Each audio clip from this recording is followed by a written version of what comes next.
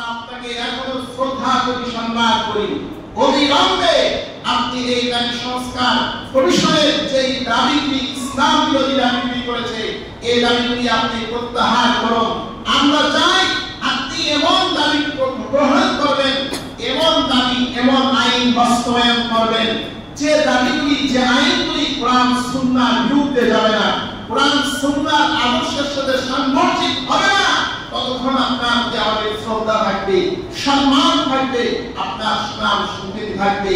যদি ইসলাম বিরোধী একটি মাত্র আইন আপনার ধারা বাস্তবায়ন হয়, এদেশের লাখো তৌহিদি জনতা মাঠে নেমে আবার আন্দোলন করতে আবার সকলে প্রস্তুত হয়ে যাবে। ঠিক কিনা বলে? আমাদের সকলকে ঈমানের উপরে অচল থাকার তৌফিক দান করুন।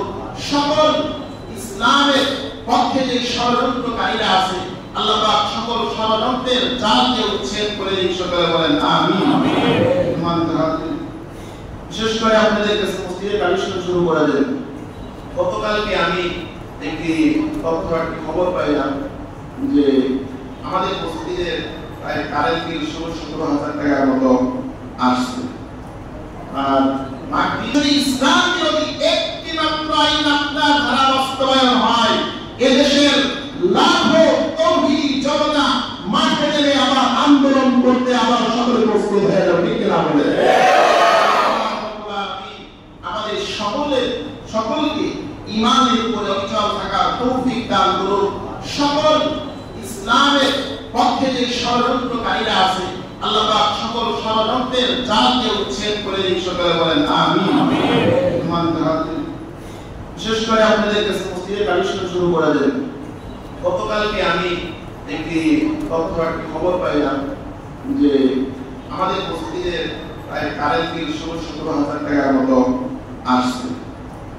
আর মাটি যেদিকে তাকায় সেদিকেই মুসলমান আজ মাজলুম, যেদিকেই তাকায় সেদিকেই ইসলাম পন্থীরা, ইসলামের বিশ্বাসী ইমানদার বান্দারা বড় অসহায়, জুলুম নির্যাতনের শৃঙ্খলা চালাচ্ছে ইসলাম বিরোধী অপশক্তি যারা আছে। আল্লাহ পাক রব্বুল আলামিন এই কঠিন পরিস্থিতির মধ্যেও শুকরিয়া আদায় করতে হয় যে আল্লাহ তাআলা আমাদেরকে এখনো মসজিদে এসে স্বাধীনভাবে ৫ ওয়াক্ত নামাজ পড়ার সুযোগ এখন আল্লাহ পাক আমাদেরকে রেখেছেন। আমরা বিগত কিছুদিনের খবর নিউজ দেখলে আমরা জানতে পারি ভারতের অনেকগুলি অঞ্চলে মুসলমানদের উপর অত্যাচার হচ্ছে। ইসলামের পক্ষের মানুষ তাদেরকে চিহ্নিত করে তাদের উপরে আক্রমণ করা হচ্ছে। প্রায় ১৭০টির মতো মসজিদ মাদ্রাসা সিলগালা করে দেওয়া হয়েছে। ভারতের যে ইতিহাস ছোটবেলায় কিছু পড়েছি, মাঝে মধ্যে কিছু না পড়ি, এই ইতিহাস তো ছিল মুসলমানদের ইতিহাস। ভারতের একটা সময় মুসলিম শাসকরা শাসন করেছেন। ভারতের যে সকল বড় বড় নিদর্শন রয়েছে, স্থাপনা রয়েছে, এই স্থাপনা গড়েও মুসলিম শাসকদের দ্বারা নির্মিত। যে স্থাপনা থেকে ভারতের রাজস্ব অনেক কোটি অঙ্কের একটা অ্যামাউন্ট তাদের আসে। আজকে দেখেন ভারত এত বড় একটা রাজ্য, সেখানে মুসলমান নিরাপদ নেই। গরু জবাই করাকে কেন্দ্র করে মুসলমানদেরকে হত্যা করে ফেলতেছে। হোলি খেলার উৎসবের মধ্যে মুসলিম নারীদের উপরে পিটিং করা হচ্ছে, তাদের শরীরে হাত দেওয়া হচ্ছে, তাদেরকে রং মেখে দেওয়া হচ্ছে, বাধা দিয়ে তাদের উপরে অশ্লীল নির্যাতন করা হচ্ছে। আমরা তো সাহাবীদের ইতিহাস শুনেছি, সাহাবীদের নির্যাতন আমরা সরাসরি দেখি নাই, এই জামানায় এসে সাহাবীদের ইতিহাস শুনেছি, ইমানদারদের কিছু ইতিহাস সতর্কে দেখছি। হযরত বেলালকে যখন উমাইয়া লোকেরা নির্যাতন করছিল আর বলেছিল মুহাম্মাদের ধর্ম ছেড়ে দাও, আর ঈসাকে তুমি গ্রহণ করে নাও, হযরত বেলালকে যখন বারবার প্রহার করছিল, হযরত বেলাল বারবার একটি শব্দ উচ্চারণ করছিল, আহার আহার আহার। সেই বেলালকে হয়তো আমরা দেখি নেই। ভারতের একটা ভিডিও চিত্র দেখেছি, একজন যুবককে উগ্রবাদী হিন্দুরা প্রহার করছে, মারছে আর বলছে বল জয় শ্রীরাম, বল জয় শ্রীরাম। সে যুবক রক্তাক্ত শরীর নিয়ে বলছে আল্লাহ এক হয়, আল্লাহ এক হয়, লা ইলাহা ইল্লাল্লাহ মুহাম্মাদুর রাসূলুল্লাহ। হযরত খাব্বাবের ইতিহাস আমরা পড়েছি। খাব্বাবকে কাফের মুশরিকরা জ্বলন্ত আগুনের উপরে হাত পা বেঁধে রেখে দিত, উপরে পাথর চাপা দিত, মানুষ উপরে উঠে লাফাইত। হযরত খাব্বাবের শরীরের চামড়া গোশতগুলি গলে গলে আগুনের কয়লা দিয়ে আবার নির্বাপিত হয়ে যেত। হয়তো খাব্বাবের নির্যাতনের চিত্র আমরা দেখি নাই। এই জামানায় এসে কাফের মুশরিকদের তারা আমার অনেক যুবক মুসলমান নির্যাতিত হচ্ছে দেখলাম, হাতে পায়ে রশি বেঁধে নিচে আগুন ধরিয়ে দিয়ে এর উপরে তাকে পোড়ানো হচ্ছে। শুধু একটাই, তাদের মিশন কালিমাওয়ালা যারা আছে, ইসলামপন্থী যারা আছে, মুসলমান যারা আছে, মুসলমানদেরকে ভারতের মানচিত্র থেকে তারা মুছে ফেলতে চায়। ইতিহাস অর্থ করলে দেখেন প্রায় 400 বছরের পুরাতন মসজিদ বাবরি মসজিদকে তারা ভেঙে দিয়েছে। মুসলমানদের অনেক জায়গা জমি দখল করে তাদেরকে সেখান থেকে বিতাড়িত করে দেওয়া হচ্ছে। মুসলমানদের মসজিদগুলি ভেঙে দেওয়া হচ্ছে। বিভিন্ন স্থানে তারা মসজিদ স্থাপন করছে। একটা রাজ্যের মধ্যে বিভিন্ন শ্রেণীর বিভিন্ন ধর্মের মানুষ থাকতে পারে, তো মানুষের উপরে যারা মানবতার কথা বলে, যারা ইনসাফের কথা বলে, যারা ন্যায় বিচারের কথা বলে, যারা স্বাধীনতার কথা বলে, অথচ তারাই মানবতার বিরোধী কাজের মধ্যে আজকে লিপ্ত রয়েছে। এটা হচ্ছে বিধর্মী যে কিছু জুলুমের নিদর্শন। মুসলমান হিসাবে আমাদের কি দায়িত্ব ছিল যে আমরা এক রবকে গ্রহণ করেছি, এক আল্লাহ বিশ্বাসী আমরা, অথচ আল্লাহকে মানি না। আমি তো ওই পর্যায়ে পৌঁছে যাইনি এখনো। আফাহাসিবতুম আন তাদখুলুল জান্নাহ ওয়ালাম্মা ইয়াকুম মাসালুল লাযিনা খালাউ মিন ক্বাবলিকুম মাসাতহুমুল বা'সাউ ওয়াদ-দাররা ওয়া যুলজিলু হাত্তা ইয়াকুলার রাসূল ওয়াল্লাযিনা আমানু মা'আহু মাতা নাসরুল্লাহ। যে ঈমান এনেছি এই কারণে আমাকে এমন অত্যাচার শিকার হতে হয়েছে, এই পর্যন্ত এখন আমরা পৌঁছাইনি। বেশি আরামের থাকার কারণে ভারতের মুসলিমদের ইতিহাস, মুসলিম শাসকদের ইতিহাস পড়লে দেখা যায় এই ভারতবর্ষে একসময় মুসলিমরাই শাসন করেছে। এদের কাছ থেকে যখন মুসলমানদের শাসন ক্ষমতা ছিনিয়ে নেওয়া হয়েছে, শাসন ক্ষমতা হারিয়ে ফেলেছে, একমাত্র মুসলিম জাতি বিলাসী হয়ে যাওয়ার কারণে। মুসলিম জাতি যখন বিলাসী হয়ে গিয়েছিল, নিজের আরাম, নিজের আয়েশটাকে প্রাধান্য দিত, তখন ধাপে ধাপে আস্তে আস্তে মুসলিমদের শাসন ক্ষমতা দুর্বল হতে থাকে। এক পর্যায়ে ইংরেজরা এই ভারত উপমহাদেশ দখল করে নিয়েছিল, প্রায় 200 বছর তারা রাজত্ব করেছে। আল্লাহ পাক রব্বুল আলামিন তো এই ধারাপৃষ্ঠের রাজত্ব দিয়েছিলেন মুসলমানদের। আল্লাহ পাক তো তাদেরকে খলিফা হিসেবে, প্রতিনিধি হিসেবে নির্বাচিত করেছেন। অথচ আজ আমরা প্রতিনিধিত্ব করতে পারছি না। গোলামী জিন্দেগি আমরা জীবন যাপন করছি, গোলামীর জিন্দেগি আমাদের মধ্যে অতিবাহিত হচ্ছে। আজকে বাংলাদেশ ছোট্ট একটা, এখানে সংখ্যাগরিষ্ঠ মুসলমান, সারা বিশ্বের মুসলমানদের দুর্দিনের কথা চিন্তা করতে তো দূরের কথা, এদেশের মানুষ আজকে ক্ষমতা বাড়াবাড়ি নিয়ে কে কার আগে গদি দখল করবে, কে কার আগে চেয়ার দখল করবে। চেয়ার দখল করার জন্য সে যে কোনো কথা বলতে রাজি, যে কোনো সিদ্ধান্ত মেনে নিতে রাজি, উপরস্থ কর্মকর্তাদের সমস্ত কথা, সমস্ত দাবি মেনে নিতে রাজি। তার দাবি হলো আমি চেয়ারে বসতে চাই, তার চাওয়া হলো আমি ক্ষমতায় থাকতে চাই। টুপি করেছে, হজ করেছে, এটা দেখানোর জন্য। আসলে মুসলমান তো এই সমস্ত মানুষের মধ্যে নেই। মুশরিকরা মুসলমানদের উপর এইভাবে আক্রমণ করছে। আমার দেশে দেখেন মুশরিকের তুলনায় মুসলমান বেশি, মুসলমানের তুলনায় মুনাফিক বেশি, যার কারণে সংখ্যা গরিষ্ঠ মুসলমান হওয়ার পরেও এদেশের ইসলাম এখনো স্বাধীন না।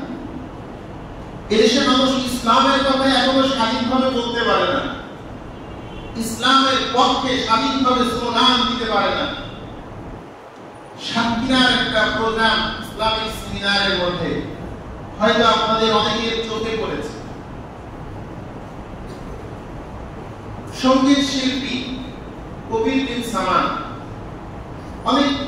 অনেক মানুষ তাকে পছন্দ করতেও পারে, নাও করতে পারে, তার ব্যক্তিগত ব্যাপার। উনি একটা ইসলামিক সেমিনারের মধ্যে তিন ধর্মের কিছু কথা বলতেছেন। তার পাশে একজন অত্র এলাকার যিনি চেয়ারম্যান ছিলেন, প্রধান অতিথি হিসেবে তাকে দাওয়াত করা হয়েছে। একটা প্রশ্ন করেছে, এক কথা দুই কথায় কবির বিন সামাদ অকথ্য ভাষায় গালাগালি করেছে, চোখ দিয়ে ফেলা হুমকি দিয়েছে। আজকে দেখেন আমরা মুসলমান কোথায় চলে গিয়েছি, কোন জায়গায় কাকে বসাতে হবে এটাও আমরা ভুলে গিয়েছি। এই কারণে নবী সাল্লাল্লাহু আলাইহি ওয়াসাল্লাম কথা বলেছিলেন, হাদিস বলেছিলেন, ভবিষ্যৎবাণী দিয়েছিলেন, এমন একটি সময় আসবে মানুষ যখন আলেম ওলামা কমে যাবে, মানুষ তাদের নেতা হিসাবে অযোগ্য ব্যক্তিদেরকে নেতা হিসাবে তারা নির্বাচন করবে। এই নেতাদের সিদ্ধান্ত যারা মানবে তারাও পথভ্রষ্ট হবে, এই নেতারাও পথভ্রষ্ট হবে। ইসলামিক সেমিনারের মধ্যে আজকে আমরা মুসলমান ইসলামিক সেমিনারের মধ্যে সভাপতি বানিয়ে পেয়েছি, প্রধান অতিথি বানিয়ে পেয়েছি এমন একজন ব্যক্তিকে যে সূরাতুল ফাতিহা সুন্দর করে বলতে পারে, বিসমিল্লাহির রহমানির রহিম সুন্দর করে শুদ্ধ করে উচ্চারণ করতে পারে না, আর তাকে আমরা ইসলামিক সেমিনারের সভাপতি প্রধান চেয়ারটা তাকে দিয়ে দেই, প্রধান অতিথির প্রধান আসনটা তাকে দিয়ে দেই। ইসলামের জ্ঞান না থাকার কারণে উনি ইসলামিক আলোচককে আরো উপদেশ দিতে শুরু করেন। এটা হচ্ছে আমাদের বর্তমান দেশের দুর্নীতি। এক সরকার ক্ষমতায় থাকাকালীন যেভাবে ইসলাম পন্থী কোরআনের হক কথা তারা বলেছে তাদের উপরে বাধা সৃষ্টি করা হয়েছে, আক্রমণ করা হয়েছে, সে সরকার ক্ষমতার দিকে যাওয়ার পরে আরেক শ্রেণীর কিছু নেতা আছে যারা সেই ইসলামিক সেমিনারের মঞ্চে উঠে আলেমদেরকে, ইসলামিক স্কলারদেরকে অকথ্য ভাষায় গালাগালি করছে, তাদের উপর আক্রমণাত্মক কথা বলছে। সুতরাং আমরা যতই বলি না কেন 5ই আগস্টের মাধ্যমে বাংলাদেশ নতুনভাবে স্বাধীন হয়েছে, আমি মনে করি বাংলাদেশ এখনো স্বাধীন হয় নাই। এদেশের মানুষ এখনো সঠিকভাবে কথা বলতে পারে। বাংলাদেশ স্বাধীন যদি হতো তাহলে দেখা গেছে আমরা স্বাধীনভাবে কথা বলতে পারতাম। স্বাধীনভাবে কথা বলার সেই পরিবেশ এখনো বাংলাদেশ তৈরি হয়নি। সংস্কারের নামে দেখেন কত নাটকীয়তা চলছে। এদেশের কিছু কিছু আইনের সংস্কার আমরা সকলেই চাই, কিন্তু আমরা মুসলমান হিসাবে ভারতের যে দৃশ্য দেখলাম, সারা বিশ্বের যে চিত্র দেখেছি, ফিলিস্তিনের যে চিত্র আমাদের চোখে ভেসে উঠেছে, মুসলমান তো ওই জাতি যারা জীবন দিতে জানে তবে ঈমান দিতে জানে না। মুসলমান তো ওই জাতি ফাঁসির কাস্তে ঝুলতে রাজি হয়, এই পরেও মুসলমানিত্ব কোন ইহুদির কাছে, নাসারার কাছে, বিধর্মীদের কাছে মুসলমানিত্ব বৃদ্ধি করতে রাজি হয় না। আমরা তো ওই জাতি। এই যে সংস্কার হচ্ছে, সংস্কারের মধ্যে নারী সংস্কার কমিশন গঠন করা হয়েছে, এই নিয়ে অনেক লেখালেখি হচ্ছে, অনেক আলোচনা হচ্ছে। নারী সংস্কার কমিশনের মধ্যে আমি ক্ষুদ্র মানুষ হিসাবে দেশের অনেক আইন আমি বেশি জানি না, হিসাব কিতাব রাজনীতি কম বুঝি, তবে আমি এতটুকু বুঝি যে কোরআন যেটা আমাকে বলেছে এর বিরুদ্ধে রাজনীতিক আদর্শ কথা যত সুন্দর হোক না কেন এটা কোন ইমানদার গ্রহণ করে নিতে পারে না, ঠিক না? নারী সংস্কার কমিশনের পক্ষ থেকে যে প্রতিবেদন প্রধান উপদেষ্টার কাছে পেশ করা হয়েছে প্রায় 15টির মতো, এগুলি সাজানো গোছানো ভাবে এখনো সকলের কাছে প্রকাশ না পেলেও বিভিন্ন পত্র পত্রিকার মাধ্যমে, মিডিয়ার মাধ্যমে অনেকেই অনেকগুলি বিষয় অবগত হয়েছে। আল্লাহ পাক রব্বুল আলামিন বলেন, ইনিল হুকমু ইল্লা লিল্লাহ, ইনিল হুকমু ইল্লা লিল্লাহ। হুকুম কার চলবে? সকলে বলেন আল্লাহ।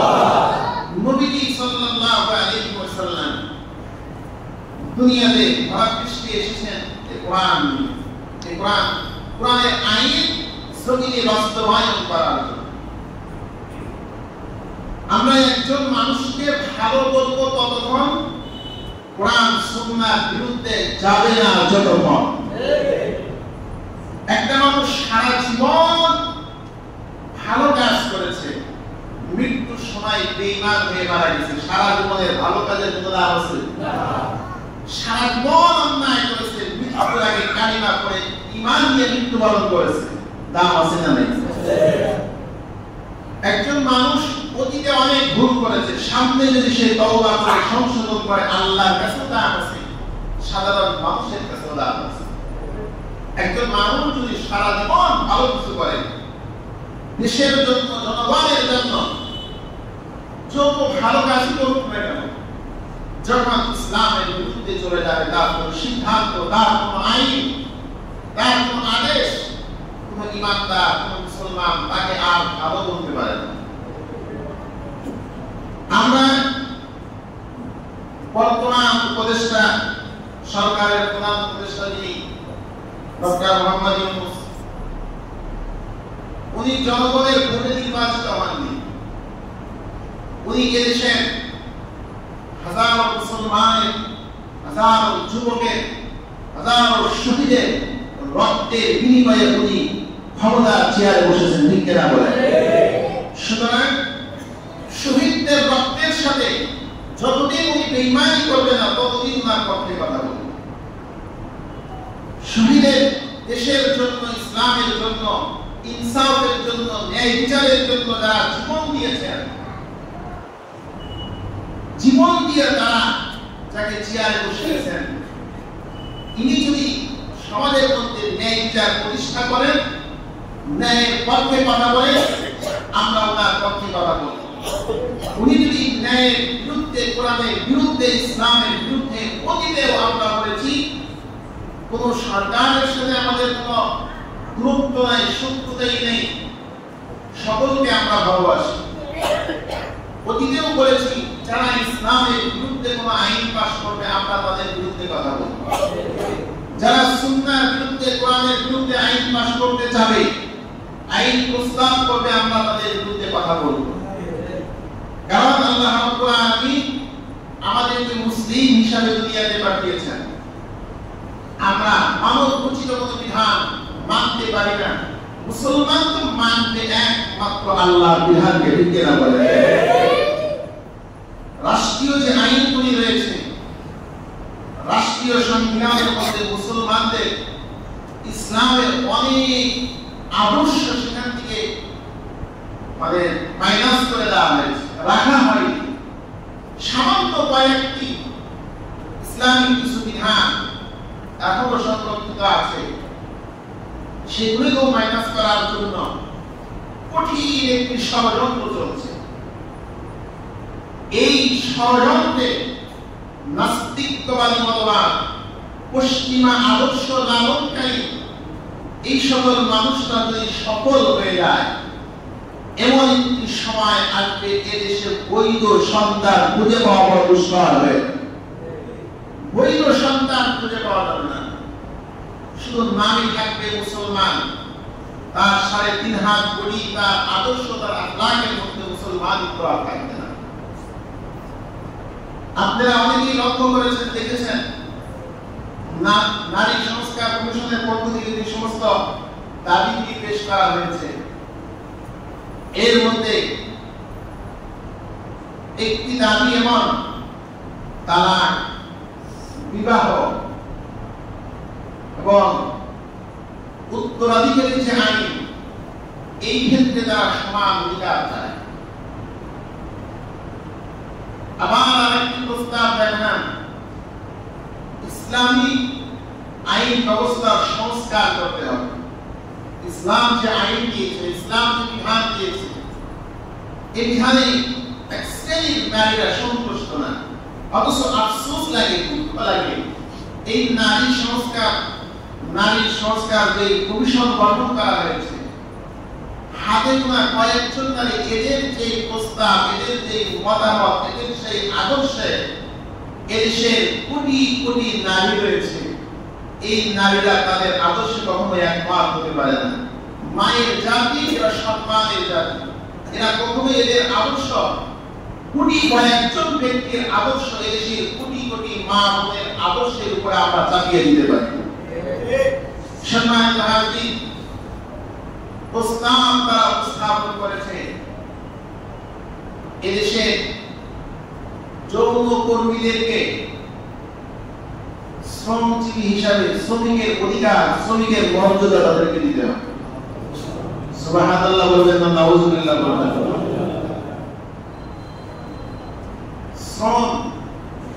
শ্রমিক যারা কাজ করে, তারা ভালো না খারাপ?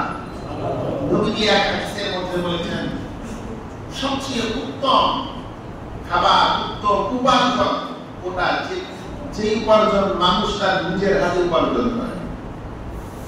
যে ব্যক্তি কোন মানুষের কাছে শ্রমিক হিসেবে কাজ করে, শ্রমিকের মর্যাদা দিয়ে আল্লাহ নবী বলেছেন, আতুল আজিরা ক্বাবলা আইয়াজুফা ইরকাহু, শ্রমিকের শরীরের ঘাম শুকাবার পূর্বেই শ্রমিকের পাওনা তাকে বুঝিয়ে দেওয়া। শ্রমিকের মর্যাদা দিয়েছেন আল্লাহ পাক রব্বুল আলামিন। এদের যৌন কর্মী যারা দেহ ব্যবসা করে, এটা ইসলামিক আইন পরে রাখেন, সামাজিক আইনেও কি এটাকে বৈধতা দেওয়া যায়? সকলে বলেন দেওয়া যায়? সামাজিক আইনে এটা বৈধতা দেওয়া যায় না। যখন যৌন কর্মীদের যৌন কাজটাকে শ্রমিকের মর্যাদায় রূপান্তরিত করা হবে, আপনি আর যৌন কর্মী দেহ ব্যবসায়ীদের বিরুদ্ধে আর কোনো কলম লিখতে পারবেন না, কোনো কথা বলতে পারবেন না। উগ্রপন্থী পশ্চিমা আদর্শ লালনকারী যে সমস্ত নারীরা রয়েছে, প্রতিটা ঘরে ঘরে, প্রতিটা ঘর পতিতালয়ে পরিণত হয়ে যাবে।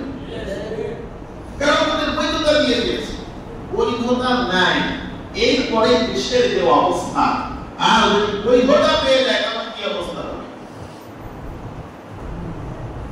আল্লাহ রাব্বুল আলামিন বলেন, তাকরাবুস সিনা ইন্নাহু কানা ফাহিশাতান ওয়া সাআ সাবিলা। আল্লাহ রাব্বুল আলামিন বলেন,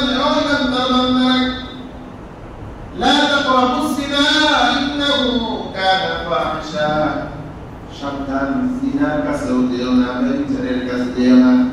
ইন্নাহু কানা ফাহিশা, এটা অশ্লীল কাজ, এটা জঘন্যতম কাজ।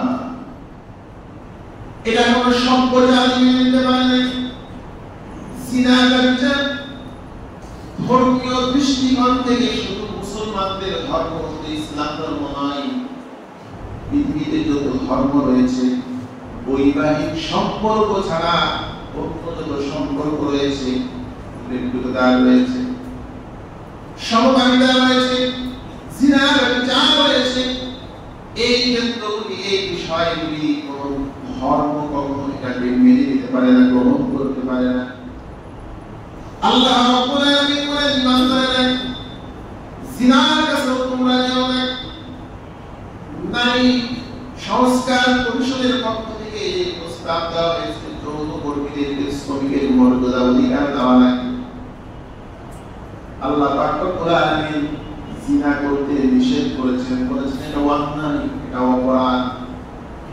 নবী সাল্লাল্লাহু আলাইহি ওয়াসাল্লাম বলেন, লা'নাল্লাহু যানিয়া লা'নাল্লাহু যানি ওয়াজ যানিয়া, জিনাকারী নারী এবং পুরুষের উপরে আল্লাহ তাআলার অভিশাপ।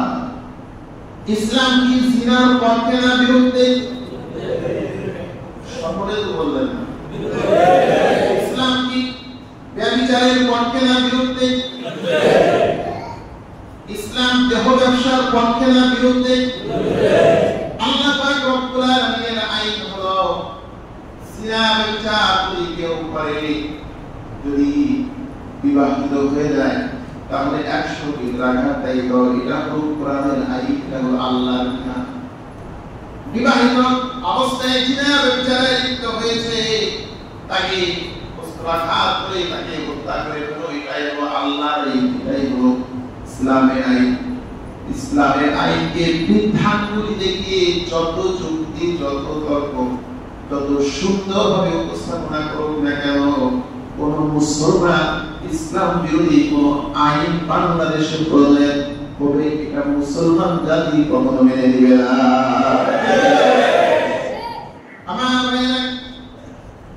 আল্লাহ রাব্বুল আলামিন নারীদেরকে একটি স্বাধীনতা দিয়েছেন। আল্লাহ পাক রব্বুল আলামিন বলেন, কোন নারীর স্বামী যদি মৃত্যুবরণ করে, নারীর স্বামী মৃত্যুবরণ করার পরে শোক হিসাবে তারা 4 মাস 10 দিন বিরত থাকবে। والذين يتوفون منكم ويذرون أزواجا يتربصن بأنفسهن 4 أشهر وعشرا فإذا بلغن أجلهن فلا جناح عليكم فيما فعلن في أنفسهن بالمعروف والله بما تعملون خبير। আল্লাহ আইন হলো, স্বামী মারা গিয়েছে, স্ত্রী যদি দ্বিতীয় আরেকজন স্বামী গ্রহণ করতে চায়, 4 মাস 10 দিন তাকে বিরত থাকতে হবে, শোক পালন করতে হবে। সম্পর্ক ছিন্ন হয়ে গিয়েছে, 3 ইদ্দত তাকে পালন করতে হবে। এটা হলো আল্লাহর বিধান, ইসলামের বিধান। তথাকথিত পশ্চিমা আদর্শ লালনকারী কিছু নারী সংস্কার কমিশনের মহিলারা এমন প্রস্তাব করেছে, এটা বৈষম্য, এটা নারীদের উপরে অবিচার। এই আইন মানা যাবে না। নারী চাইলে অন্য স্বামী গ্রহণ করবে, সময় দেবে না। 3 মাস 4 মাস 10 দিন এগুলি সে মানবে না। নারী চাইলেই সে নিজের স্বামী থেকে সম্পর্ক ছিন্ন করবে। অথচ তালাক দেওয়ার অধিকার ইসলাম পুরুষকে দিয়েছে। নারী যদি কোনো স্ত্রী যদি স্বামীর সঙ্গে সম্পর্ক ছিন্ন করতে চায়, ইসলাম সুন্দর কিছু নীতিমালাও নারীকে দিয়েছে। আর তথাকথিত সংস্কারের নামে তারা যে প্রস্তাব পেশ করেছে, সম অধিকার, অর্থাৎ পুরুষ যেভাবে নারীকে তালাক দেওয়ার অধিকার রাখে, স্ত্রীকেও তালাক দেওয়ার অধিকার দিতে হবে। উত্তরাধিকার আইন হিসাবে তারা এভাবে সমান অধিকার চেয়েছে। সম পিতার সম্পদ যেভাবে ছেলে হয়ে যতটুকু অর্থ তারা পাবে, মেয়ে হয়েও সমান অর্থ তারা পাবে, সমান ভাগ তারা পাবে। অথচ কোরআন কি বলছে? ইউসিকুমুল্লাহু ফি আওলাদিকুম লিযযাকারি মিসলু হাযযিল উনসায়াইন। আমাদের জুমার দিন সময় স্বল্পতার কারণে ব্যাখ্যা করার সুযোগ নাই, শরীয়তটুকুই আমি বলি। আল্লাহ পাক কোরআনে বলেছেন পিতার সন্তান যারা হবে ছেলে দুই ভাগ পাবে, মেয়ে এক ভাগ পাবে। এটা আল্লাহর সিদ্ধান্ত, এটা আল্লাহর সিদ্ধান্ত, আল্লাহর বিধান। তিলকা হুদুদুল্লাহ, আল্লাহর বিধান, আল্লাহর আইন। যারা মুসলমান বলে, যারা নিজেকে ঈমানদার দাবি করে, এদেরকে আইন মানতে হবে, কোনো যুক্তি তর্কের মধ্যে যাওয়া যাবে না। যারা যুক্তি বুঝবে, তর্ক বুঝবে, কোরআনের বিধানকে যারা বৈষম্য মনে করবে, ইনসাফ মনে করবে না, নারীর প্রতি আমরা ইনসাফ করেন নাই, নাউজুবিল্লাহ। অথচ আল্লাহ পাক রব্বুল আলামিন কোরআনে কারীমের মধ্যে বলেন, ইন্নাল্লাহা ইয়া'মুরুকুম বিল আদলি ওয়াল ইহসান, ইন্নাল্লাহা ইয়া'মুরুকুম বিল আদলি ওয়াল ইহসান। আল্লাহ পাক রব্বুল আলামিন মানুষকে ইনসাফ করার জন্য, ন্যায় বিচার করার জন্য আদেশ করেছেন। সুতরাং কোরআন হলো ন্যায় বিচারের কিতাব, কোরআন হলো ন্যায় বিচারের সংবিধান। কোরআন পাক দিয়ে যারা মানব রচিত বিধান দিয়ে যারা বিচার করে, কখনো ওই বিচার ইনসাফের বিচার হতে পারে না। ইনসাফের বিচার জমিনের মধ্যে কখনই প্রতিষ্ঠা হবে, কোরআনের আইন জমিনে যখন প্রতিষ্ঠা হয়ে যাবে। ঠিক কি না? আল্লাহ রাব্বুল আলামিন বলেন, ও ইমানদার বান্দারা, ইন হুকমু ইল্লা লিল্লাহ, একমাত্র বিধান চলবে আমি আল্লাহ। আল্লাহর হাবিব সাল্লাল্লাহু আলাইহি ওয়াসাল্লাম সাহিরা মাহসুমা গোত্রের একজন মহিলা চুরি করে ফেলেছে, ভুল করে ফেলেছে। সাহাবায়ে কেরাম বললেন, এই মহিলা তো বড় ভালো মহিলা, ভালো বংশের মহিলা, ভুল করে চুরি করে ফেলেছে। সাহাবায়ে কেরাম আল্লাহর হাবিব সাল্লাল্লাহু আলাইহি ওয়াসাল্লামের কাছে মহিলার জন্য সুপারিশ করতে চান, নবীর সামনে যেতে সাহস পান না। আল্লাহর রাসূলের নাতি উসামা ইবনে যায়েদকে পাঠিয়ে দিলেন। হযরত উসামা ইবনে যায়েদ আল্লাহর হাবিব সাল্লাল্লাহু আলাইহি ওয়াসাল্লামের কাছে গিয়ে বললেন, ইয়া রাসূলুল্লাহ, ইয়া হাবিবাল্লাহ, ওই মাসুমা গোত্রের মহিলা চুরি করে ফেলেছে, সম্ভ্রান্ত পরিবারের মহিলা, বিচারটা একটু ঘুরিয়ে করা যায় না? ইয়া রাসূলুল্লাহ, তাকে কি ক্ষমা করার কোনো সুযোগ আছে? আল্লাহর হাবিব সাল্লাল্লাহু আলাইহি ওয়াসাল্লাম অগ্নি শর্মা হয়ে গেলেন, রাগ হয়ে গেলেন, চেহারা লাল হয়ে গেল। নবী বললেন, আজকে মাসুমা গোত্রের মহিলা চুরি করেছে, এই কারণে তার শাস্তি মওকুফের জন্য আমার কাছে দরখাস্ত করছো। আমার সাহাবীরা শোনো, আমার মেয়ে, আমার কলিজার টুকরা ফাতেমা যদি চুরি করতো, আমি রাসূলুল্লাহ আমার মেয়ের উপর ইসলামের আইন বাস্তবায়ন করার জন্য সামান্যতম কিছু পাইতাম না। এটা হলো ইসলাম। নিজের পরিবারের সদস্য যদি ইসলাম বিরোধী কোনো কাজ করে, রাসূলুল্লাহ কোরআনের বিধান অনুযায়ী বিচার প্রতিষ্ঠা করবেন, বিচার প্রতিষ্ঠা করেছেন এবং সাহাবীদের মধ্যে অনেক নজির আল্লাহর হাবিব দিয়ে দিয়েছেন। সুতরাং জুমার দিন আলোচনা বেশি করা যাবে না। আমরা এতটুকু নিজের ঈমানকে বুনিয়াদ রাখতে চাই। বাংলাদেশ সংখ্যাগরিষ্ঠ মুসলমানের দেশ, এদেশে যতদিন আমরা থাকব ইসলামের উপরে থাকব, ইসলামের পক্ষে কথা বলবো, করতে তো হবে ইসলামের পক্ষে কথা বলে বলবো, ইনশাআল্লাহ। আমরা বর্তমান সরকারের প্রধান উপদেষ্টা ডক্টর ইউনূস সাহেব, এতদিন পর্যন্ত আপনার পক্ষে আমরা কোনো নেগেটিভ কথা বলতে যাইনি, এখনো আমরা বলি না। আপনার কাছে নারী সংস্কার কমিশনের পক্ষ দিয়ে যে প্রস্তাব দেওয়া হয়েছে, আমরা আপনার কাছে তারাও যেমন দাবি রেখেছে, আমরা মুসলমান হিসেবে আমরা দাবি করতে চাই, তাদের অগণিত অসংখ্য দাবি ইসলাম বিরোধী, কোরআন বিরোধী, মুসলমানদের আদর্শ বিরোধী, আল্লাহ বিরোধী, রাসূল বিরোধী। সুতরাং এই নারী সংস্কার কমিশনকে আপনি বিলুপ্ত ঘোষণা করেন এবং তারা যে সকল দাবি করেছে এই দাবিগুলি বাস্তবায়ন করার মতো দুঃসাহস বাংলার জমিনে আপনি দেখালেন না। যদি বাংলাদেশে এই দাবি বাস্তবায়নের দুঃসাহস দেখান, শেখ হাসিনার যে অবস্থা হয়েছে তার চেয়ে বেশি ভয়ানক অবস্থা হয়ে যাবে, ঠিক কিনা বলেন? আমরা আপনাকে এখনো শ্রদ্ধা করি, সম্মান করি। অবিলম্বে আপনি এই দাবি সংস্কার কমিশনের যে দাবিগুলি ইসলাম বিরোধী দাবিগুলি করেছে এই দাবিগুলি আপনি প্রত্যাহার করুন। আমরা চাই আপনি এমন দাবি গ্রহণ করবেন, এমন দাবি, এমন আইন বাস্তবায়ন করবেন যে দাবিগুলি, যে আইনগুলি কোরআন সুন্নাহর বিরুদ্ধে যাবে না, কোরআন সুন্নাহর আদর্শের সাথে সাংঘর্ষিক হবে না। ততক্ষণ আপনার প্রতি আমাদের শ্রদ্ধা থাকবে, সম্মান থাকবে, আপনার সুনাম সুখ্যাতি থাকবে।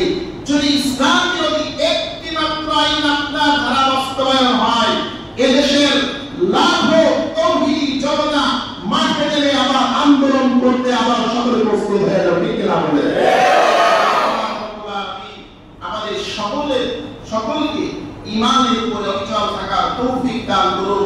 সকল ইসলামের পক্ষে যে ষড়যন্ত্রকারীরা আছে, আল্লাহ পাক সকল ষড়যন্ত্রের জালকে উচ্ছেদ করে দিন, সকলে বলেন আমিন।